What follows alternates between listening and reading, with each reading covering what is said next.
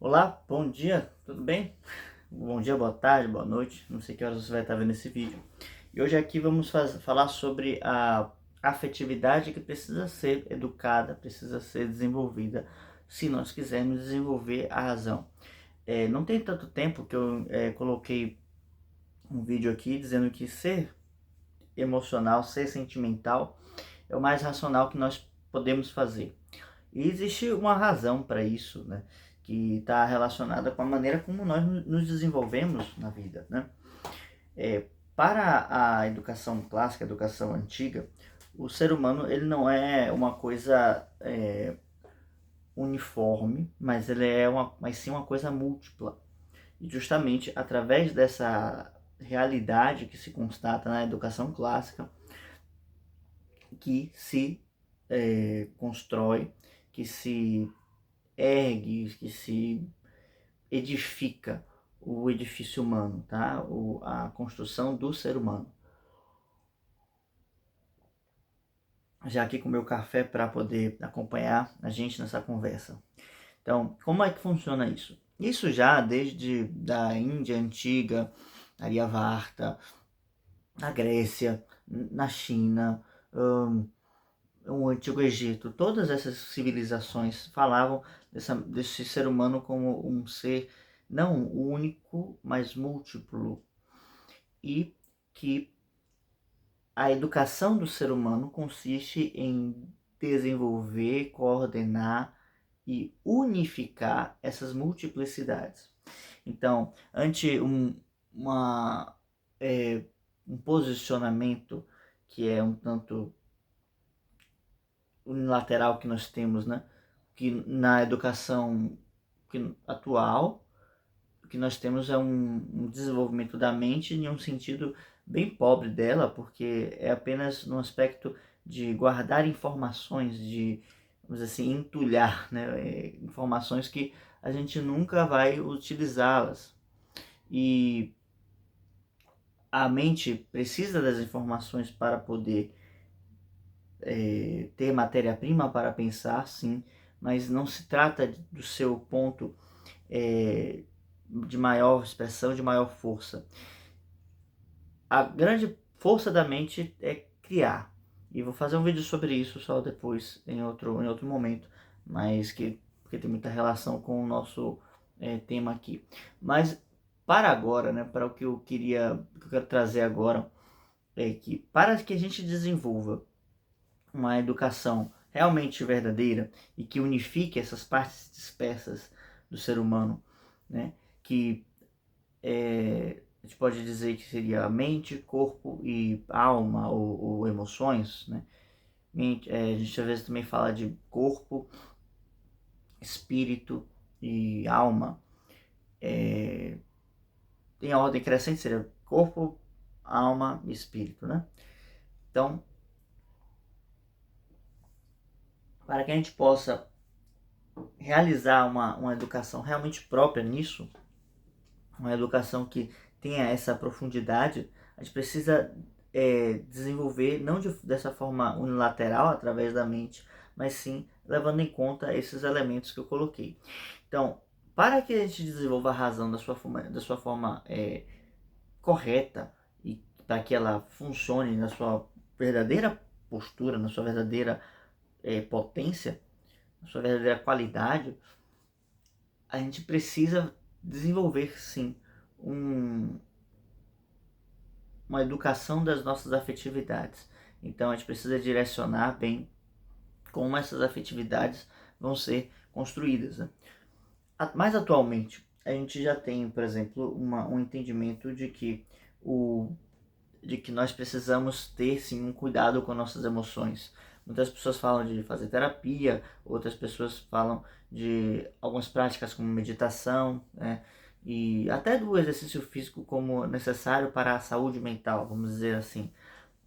Eu não estou aqui como participante dessas práticas e nem criticando, nem incentivando, mas simplesmente dizendo que já se tem hoje um melhor entendimento do que seria isso, né? Do que seria esse desenvolvimento humano e de como nós devemos desenvolver cada um desses elementos, né?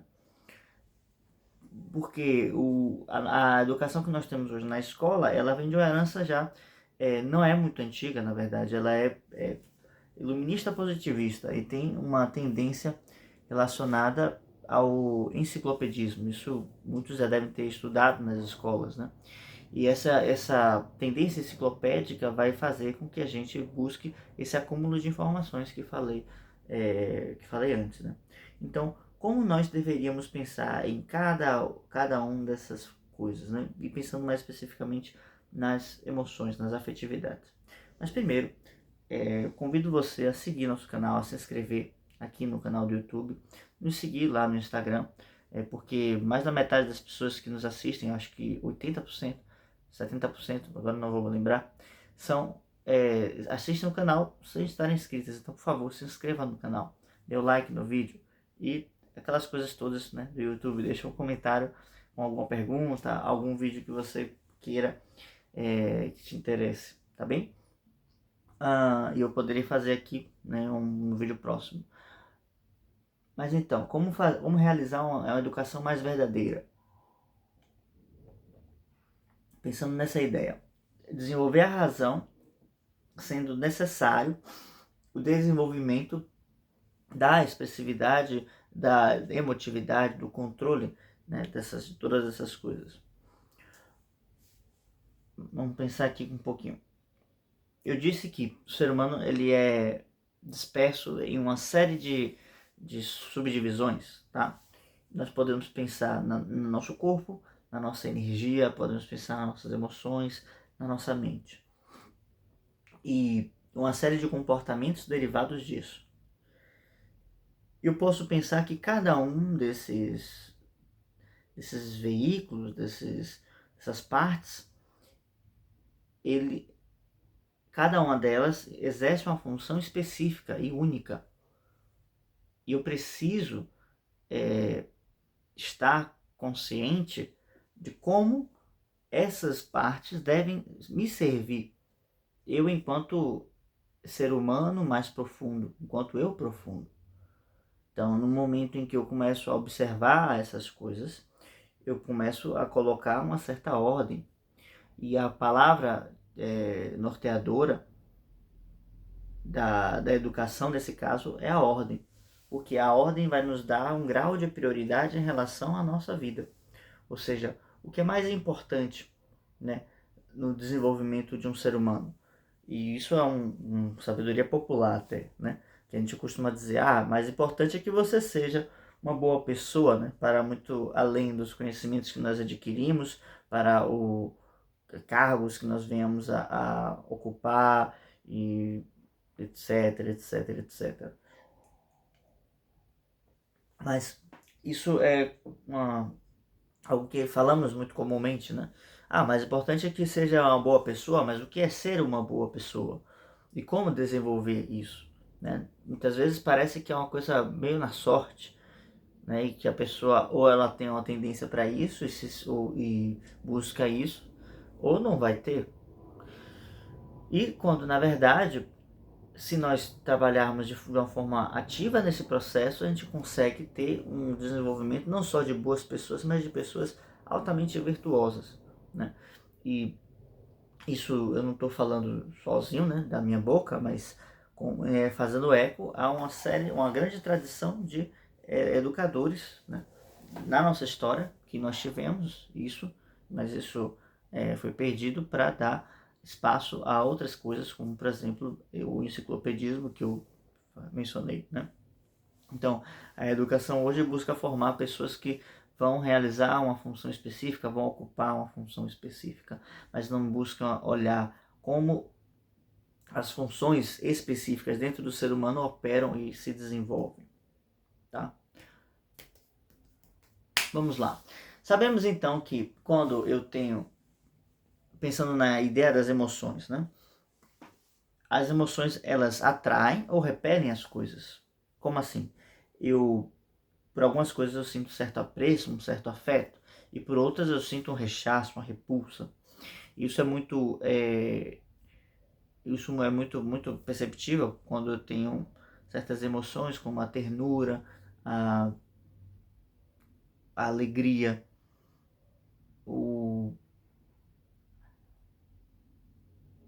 o ânimo, né, o entusiasmo em frente a certas atividades, frente a certas pessoas, né? E é muito notável quando eu, diante de algo que eu não quero fazer, eu tenho uma tristeza, eu tenho um rechaço, até uma certa ira mesmo. E como nós podemos fazer para que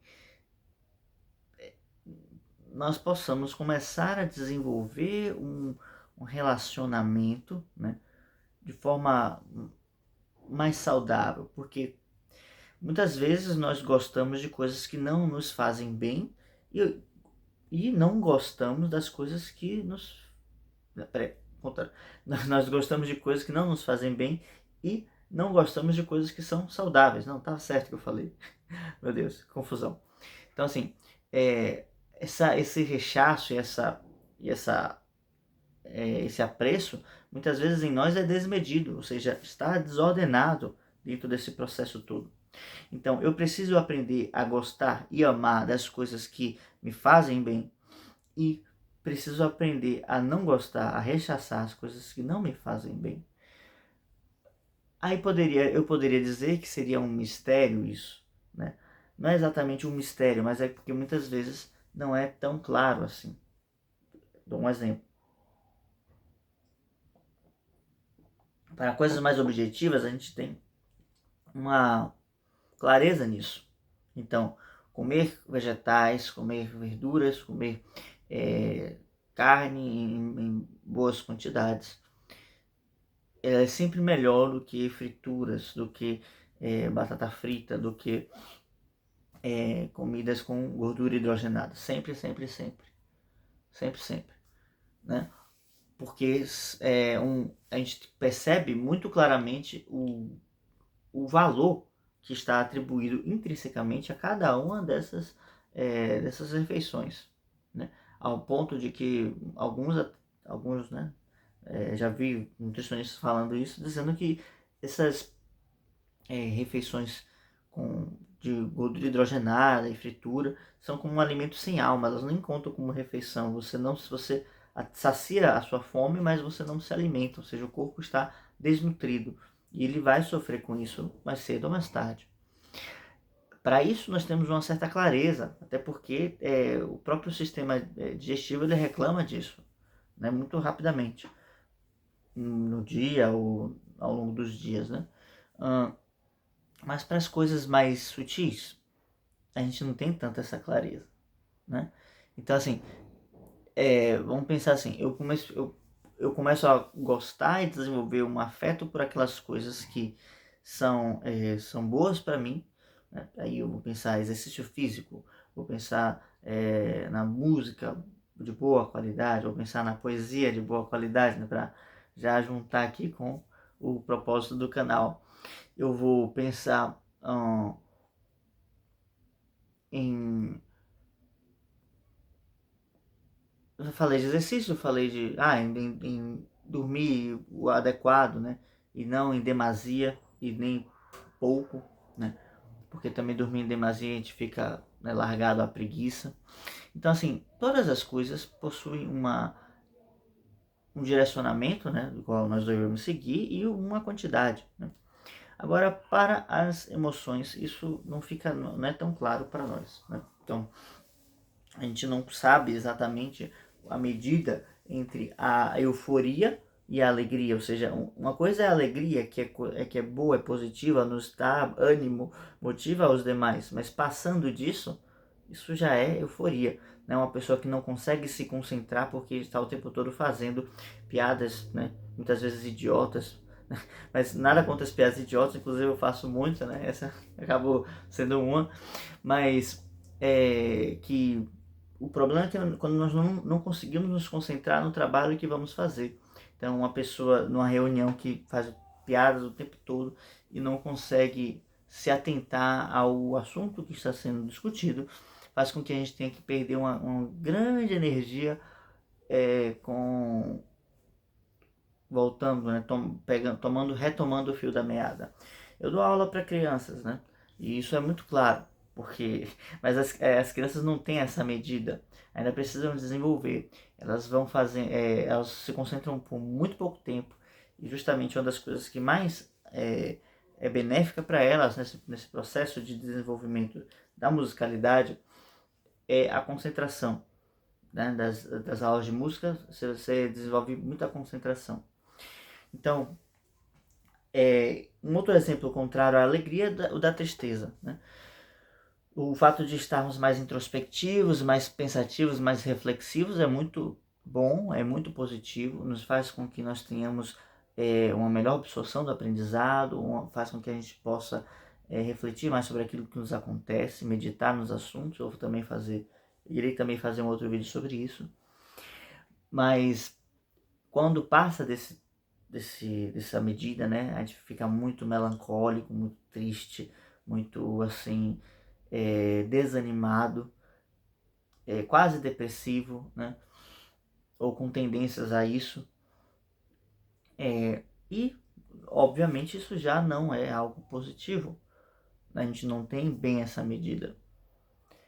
E se, para nós, é claro, a medida dos exercícios, né, e do que é saudável para o corpo, a gente precisa desenvolver essa mesma medida do que é saudável para as emoções,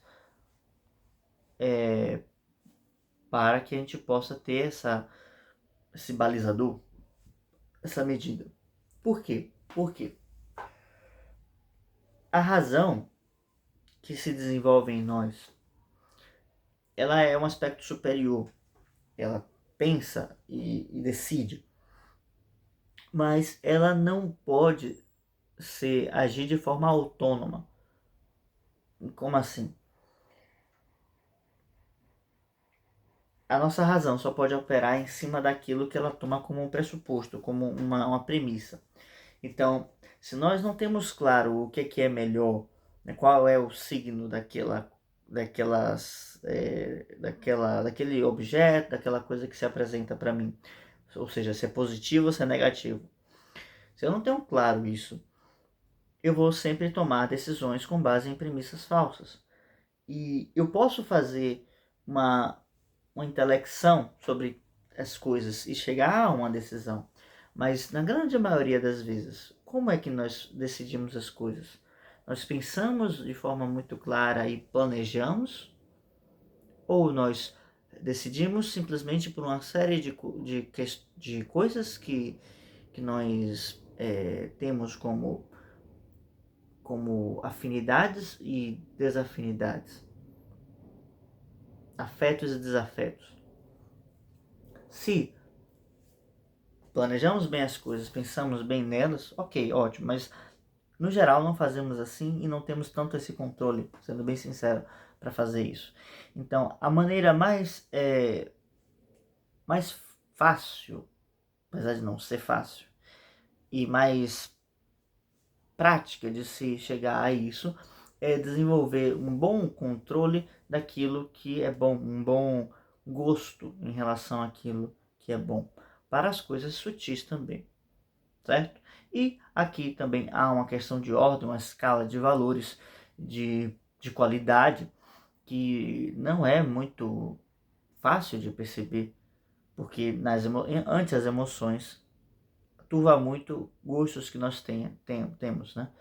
Então, quando a gente fala de emoções, o grande material, a grande potência, o maior produto das emoções, né, por assim dizer, são os sentimentos, né, sentimentos superiores, para deixar claro, e o seu produto, né, a sua resultante, que são as obras de arte. E a arte, no que diz respeito a sua concepção, né, ela tem diversas gradações, diversos níveis, né? Ela vai de uma coisa que não tem nenhum valor, né? Tipo uma reprodução mecânica e forçada, né? Aí passa por um artesanato, que seria uma reprodução de uma coisa mais bela e que não tem exatamente um significado, mas que nós representamos, nós reproduzimos, né? Como peças de louça, de alguma coisa, ou de uma tapeçaria, que não tragam em si um significado, certo? Simplesmente porque nós reproduzimos. E muitas vezes isso está representado em certos azulejos, né? Certos ladrilhos, que só são algumas formas assim. Eles não trazem dentro deles nenhuma significação, mas são como arabescos, né? Que, ainda que a origem dessas representações possam trazer compor um significado, em si elas hoje não trazem, então a gente perdeu essa chave, né? E aí, para que isso volte a ter isso, nós teremos que resgatar esse significado. Mas enfim, não é sobre isso que eu estou tratando agora. E isso vai subindo, né? A uma arte popular, como o cordel, como uma manifestação mais regional, né? Como o frevo, o samba e... Poxa, eu esqueci o nome das canções gaúchas que eu tava... Quando eu tava lá, cantaram para mim. Eu passei uns dias em Porto Alegre e conheci algumas coisas lá, mas agora não estou me lembrando. Acho que a Paiada tem um tipo de poesia gaúcha, mas enfim, são, são manifestações regionais, populares, né? Então a gente vai escalando até chegarmos a arte erudita, a música erudita, a pintura, etc., que, que extrapole isso. E não se trata simplesmente de um eruditismo ou de um elitismo, mas sim de uma concepção que tenha um alcance universal. Então, não é negar as formas populares, mas absorvendo elas, se alimentando delas, você desenvolve algo de alcance universal que nós chamamos de clássico, de atemporal, de arquetípico, enfim. No geral, clássico. Ainda que essa palavra seja muito gasta hoje, né? Mas o importante é não focar exatamente numa representação específica, mas pensando que o clássico é aquilo que não fica velho, algo que está ao alcance de todos os homens, as mulheres de todos os tempos, tá? Então, o clássico, então, se alimentando, se absorvendo, carregando do aspecto popular, ele consegue transcender e chegar ao elemento da ideia, né? Então, esse seria o elemento mais profundo em relação às emoções, ou seja, desenvolver uma abordagem que consiga alcançar o que é clássico, alcançar o que é belo, verdadeiramente, tá? Então, essa beleza que vamos buscar, ela é um arquétipo, ela é uma ideia universal e precisa ter apoios vamos dizer assim, uma corrente, um corpo físico, né? Vamos assim dizer. Esse corpo físico é justamente os elementos populares que já, de alguma forma, antecipam esse aspecto clássico, tá bem? E se nós temos isso claro nas emoções e desenvolvemos isso, a razão pode então discernir e trabalhar mais livremente, tá? E claro, aí ficou faltando falar do qual o produto, qual é o desenvolvimento que a razão precisa fazer. E está relacionado principalmente com filosofia, de uma forma ampla. Não filosofia enquanto simplesmente ler textos filosóficos, mas como aquela ideia de busca da sabedoria e um posicionamento diante da vida que busca a verdade. Então, é uma mente que está o tempo todo, né, no trabalho dialético de atritar como duas pedras e buscando aquela fagulha que vai dar o fogo. E esse fogo é o fogo da mente de Prometeu, né, do mito, que consegue perceber aquilo que é verdadeiro daquilo que é falso, aquilo que tem luz e aquilo que tem sombra, porque o próprio fogo, ele traz essa luz, tá? Então, a mente vai ser responsável por coordenar esses elementos, por criar coisas novas que alcancem outras realidades. E no que tange à decisão, né, porque a mente é capaz de decidir, ela tem como função levar o ser humano a uma ação moral. E essa ação moral é o que vai dar ao ser humano uma unidade que vai fazer com que, no momento que ele decide, ele vai ter um apreço por isso, um amor por isso, né? Porque isso o leva ao bem, e depois isso tem uma consequente ação que é moral. E essa moral, ela dá ao ser humano uma unidade, né? Eu falei mais cedo que o ser humano é dividido em muitas partes, né? E através da unificação que a moral faz, que a moral gera, ele consegue se unificar de novo. Mas entendam que a moral não pode ser estabelecida enquanto não existe uma coerência entre aquilo que se pensa, aquilo que se sente e aquilo que se faz. Certo? Isso já é assim desde o tempo da avó, né? Mais velho que andar para frente. Aristóteles já veio falar sobre essas diferenças já no seu livro Ética Nicômaco. Inclusive, falei bastante sobre ele no vídeo que eu vou deixar aqui no final, né, sobre a felicidade e como aproveitar a vida, tá bem? Bom, vamos ficando por aqui. Acho que já falei o suficiente sobre isso. Caso tenham alguma pergunta, algo nesse sentido, deixe nos comentários, se inscreva no canal. Caso não tenha se inscrito ainda, se inscreva no canal, por favor. E deixe um like no vídeo, tá bem? Vamos ficando por aqui. Até o próximo. Tchau, tchau.